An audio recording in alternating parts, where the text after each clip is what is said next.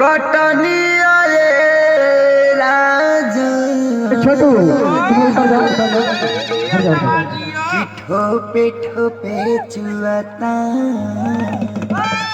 ए अंजनी भैया कि ठोपे ठोपे चुआता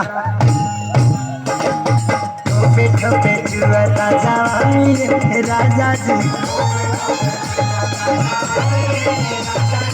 ठोपे ठोपे चुआता जवानी रे राजा जी पैसे होई केहू के कटनिया रे राजा जी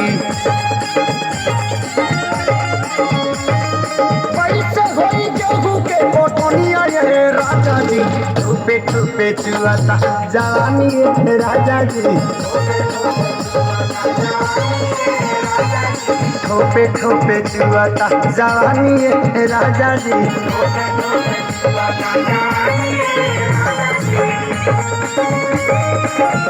अरे हिलावा हिलावा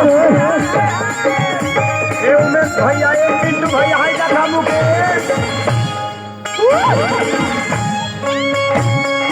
आना चला पंकज जी का लगे आए भोला चाचा मोहन भैया पिंटू जी चित फरियाता चित लागे तारा कारी हटानी 4 दिन से महकता साड़ी चित फरियाता चित लागे हटानी 4 दिन से महकता साड़ी अंगे अंगे टूटता बदनिया रे राजा जी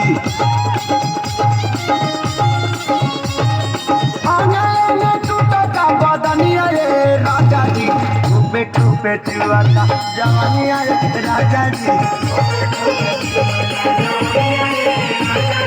ठोपे ठोपे चुआता जवानी रे राजा जी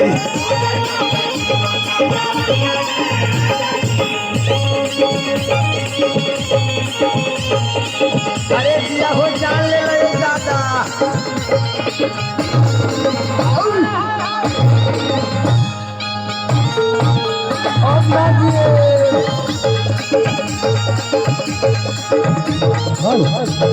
एक बात भैया कमर छोड़ा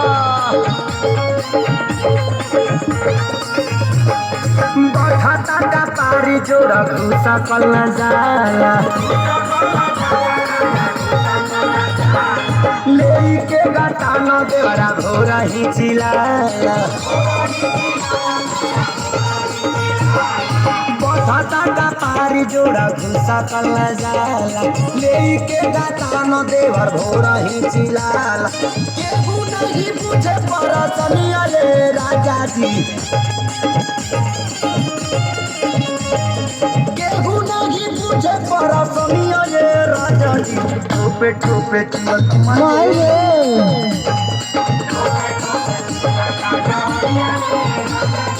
ठोपे ठोपे चुआता अपा हटन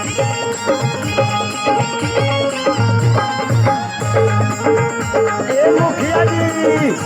बाबर हमपुर छोड़ी चली हमरा संगे लई लुटी रौरो का भेलिए पंकज भाई भेली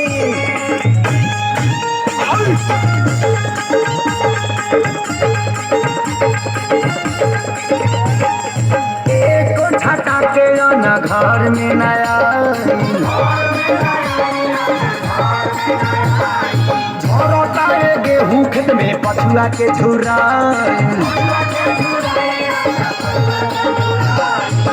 एको छटा कोयो न घर में नया झोरता रे गेहूं खेत में पछुआ के झुरा किसी न पवन सुन बहनिया रे राजा जी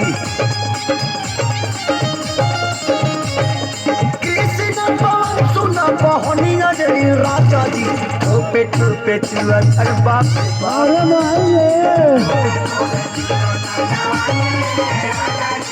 ठोपे ठोपे चुआता जवानी अरे जान ले ली हो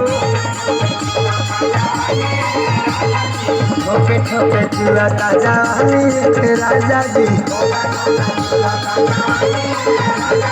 ठोपे ठोपे चुआता जवानी राजा जी ठोपे ठोपे चुआता जवानी राजा जी बुझला का